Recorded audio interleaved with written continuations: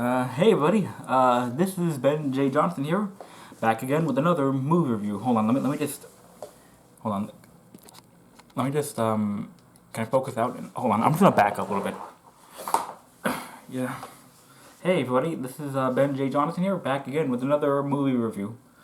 And today, I'm gonna be talking to you guys about a movie that I saw, all the way back in April of this year, I think. Hold on. What was it? Was it April? Yeah, I think it was April of this year that I saw this movie. I saw, hold on. Yeah, I saw an animated slash live action hybrid film that was released on Paramount Plus this year. And yeah, it's an adaptation of a famous fictional character we all know and love. We've been loving for the past 21 years. So yeah, this movie is, oh yeah, it's Sponge on the Run. SpongeBob Sponge on the Run. Yeah, this is the third theatrical SpongeBob film that's ever been released to the public. And it's the first one following Steven Hillenburg's death, the original creator who died and who sadly died back in 2018. Yeah, so this film was originally supposed to come out in 2020, but due to the pandemic, it got pushed back. It got pushed back a little bit. I mean, it came out on a similar date way earlier back in Canada, but it didn't get released to the U.S. until March of this year. So I just thought I'd be able to let you guys know what I thought of the film and give you my thoughts. And if you guys are wondering why I haven't made one of these reviews in a while, it's kind of simple. I was supposed to I wanted to film something like a month and a half ago, but a certain someone in my family, I really don't want to say his name, broke this window right here. Yeah, this window. It's fixed now, but my window got broken, and for a while I was unable to make videos because the sound of the outside world was constantly interrupting the videos. So anyways, now that I'm back, I can finally give you guys my thoughts on what I thought of SpongeBob Sponge on the Run. Yeah, so this film. Yeah, unlike the other two SpongeBob films, the one from 2004 that was a traditional animated film, Sponge Out of Water, which is a traditionally animated film combined with some live action, 3 CGI and live action segments. This one is entirely CGI with some live action segments. Yeah, there's no traditional animation this time around. So, anyways, the film features. Actually, there's a really big aspect of the film I really don't like, but we'll get to that when I get down the road. Oh no, I sorry for that. Okay. Anyways, guys, the film is about SpongeBob and his friend Patrick going on this cross-country journey to find Gary after he's been snail napped by a King Poseidon. Yeah, not King Neptune, but King Poseidon. Yeah, the SpongeBob universe kind of has like a weird thing with not having any consistent continuity, because there was King Neptune in the series, and he was even in the first movie, but yeah, it's just kind of that. So anyways, SpongeBob and Patrick have to go to Atlantis to find Gary and bring him back. So yeah, that's basically the overall plot of the movie, and honestly, even though the film has a really simple plot, it doesn't really have like a good consistent tone, like where it wants how it wants to do it, or how it wants to go by doing it.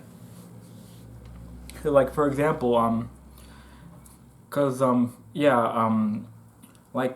for instance, the comedy in this film is kind of, just all over the place. Doesn't really have like a consistent tone. Like, for example, one of the new characters in this movie, is named Sage. He's played by Keanu Reeves, and at one point when SpongeBob and Patrick are in this desert town, he tells them that he has this apparently wise sage, but yeah, he gives them all these like spiritual quotes, but eventually he'll like cut back to reality sometimes, kind of like a fourth wall breaker sort of.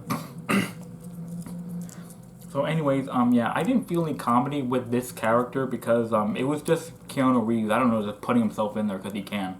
I mean, don't get me wrong, I love Keanu Reeves, but I just didn't really think he brought much to this film. So anyways, as for the other actors and plot points in this film, there's a robot voiced by Aquafina, who only serves as a plot development thread. Yeah, and all the other characters from the show, like SpongeBob, Mr. Krabs, Gary, Sandy, yeah, they all have some good moments here and there. I mean, they're better utilized in this film than they were in the last, because superhero movies sell and all. They gotta have a climax with superheroes. Yeah. So, anyways, um,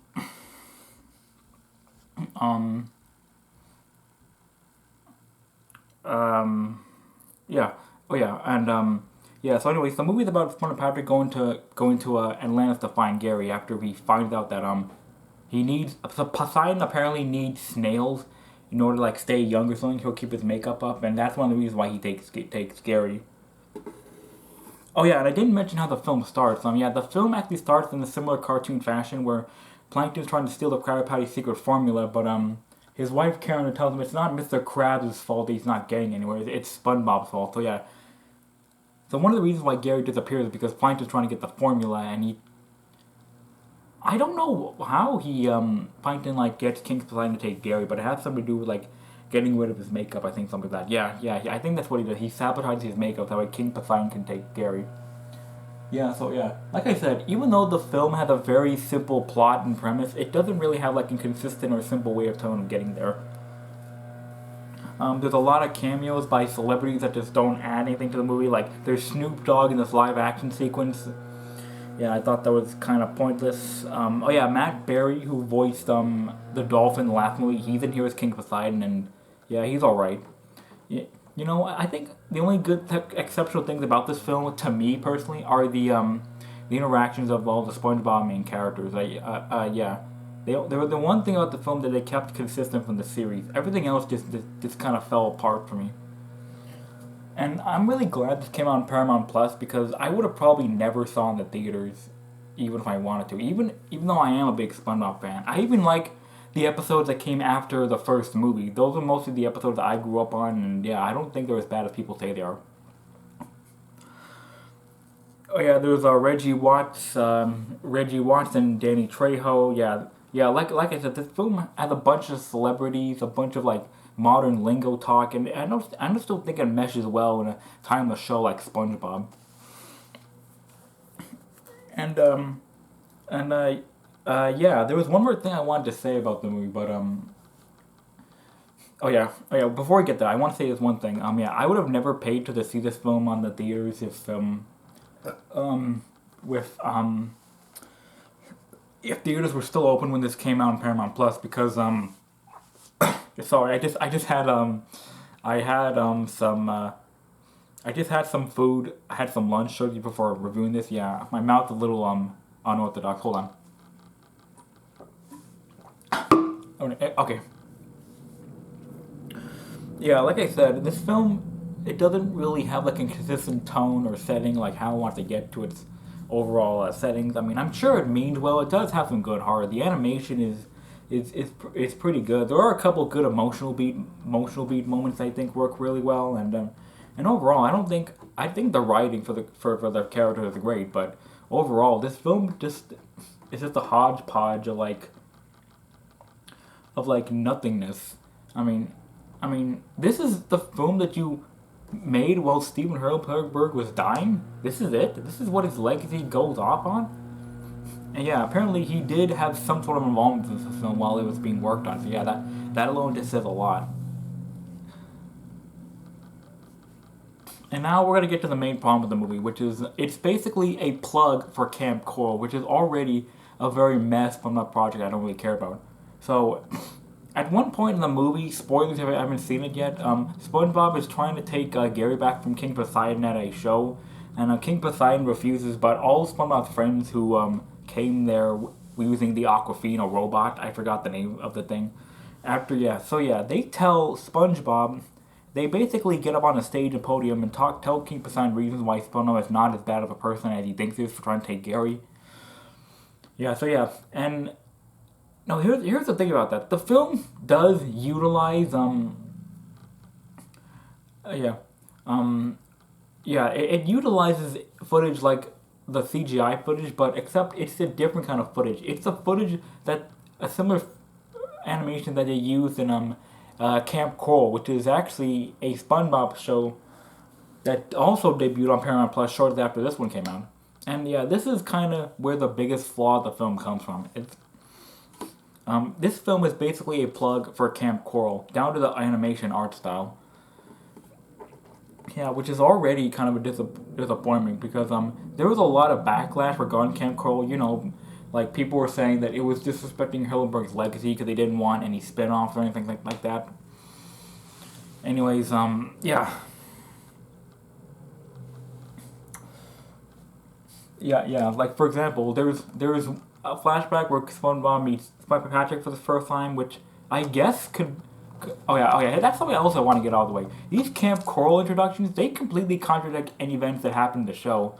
I mean, I wouldn't be okay with this if want to reintroduce SpongeBob for another generation, but one of the writers explicitly said that this film didn't really follow any continuity logic from the series, which is complete bullshit. Because why would you change what people grew up with? Why would you change what's been completely implanted in our brain since childhood? I mean, you thought SpongeBob met Sandy in the Teeth the Treedom episode of the show? No, she meets her in Camp Coral. You thought he met Mr. Krabs for the first time in the pilot episode? No, he met him at Camp Coral. He was a counselor. Now, that's the thing about these backstories. I don't mind these backstories, but it would have been fine if it was contained to two or three characters like Patrick and Sandy. I mean, I wouldn't have minded that because we never really it's Patrick and Squidward because those are his longtime friends or something. Because no, actually, it would have been fine if it was just Patrick because I don't think we've ever had a definitive warning because of where SpongeBob and Patrick met each other. I mean, there was a gag in that one box episode that said they known each other since babies, but SpongeBob could have been a bit exaggerating all that. Yeah, so yeah, this is kind of where the film really drives down for me. Not only does it really have an inconsistent tone, it doesn't really have a good idea of what kind of a movie wants to be. This bloated all this nothingness. Yeah, the part of it all is that it's just a plug for just a mess SpongeBob series that no one's really going to care about. And if they are going to care about, it's not really going to get that much traction because this film is basically plugging in the worst way possible. I wouldn't have minded so much, but this film has absolutely nothing in it that makes me want to check out this series. It's just a plug. It's just a shameless plug. Now, I understand animation takes a long time to make. I'm pretty sure there's some heart going on here. I'm pretty sure there is some time, effort, love, money that went into this project. I'm sure the actors had a lot of fun. And like I said, the voice actors for the final characters are fun, and they do the performance as well. There's a couple good funny jokes that I can't say I didn't see coming and I didn't enjoy. And overall, I think there is at least one couple good funny jokes in here, but overall, I don't know how to feel about this movie. I watched it. I was expecting to have some sort of opinion on it, but I can't. The first SpongeBob movie is way better than this one, and the second one is kind of a silly concept. To be fair, it's a silly concept. The second one knew it was also dumb and silly, but it didn't actively try to make the experience a bad thing and all. I mean, I could argue that you could get some enjoyment out of Burger Beard the pirate. How he's the only one in the world who wants the secret formula to himself, slice plankton, the epilogue and the ending of that film would find out he's actually the pirate, or at least an inspiration for the painting the pirate. Yeah, and I guess you could say the superhero stuff, well, dumb. It was enjoyable in a kind of a satire sort of way, because it's a kids film. This one doesn't really have any merit at all, as far as I'm concerned. Like I said, I'm sure it had some heart. I'm sure it had some love. I'm sure people on making it had fun, but I can't really bring myself to say it was actually a memorable experience. And I'm gonna give this one a 3 out of 10. And on the grading scale, I give it a solid E. So yeah, that's my review of a Sponge on the Run. What did you guys think of the movie? Did you guys like it? Do you guys agree with me? Do you guys like it? I mean, Yeah, let me know in the comments down below. If you guys like this video, please like, rate, and comment and subscribe. And I'll see you guys in the next video. Boop!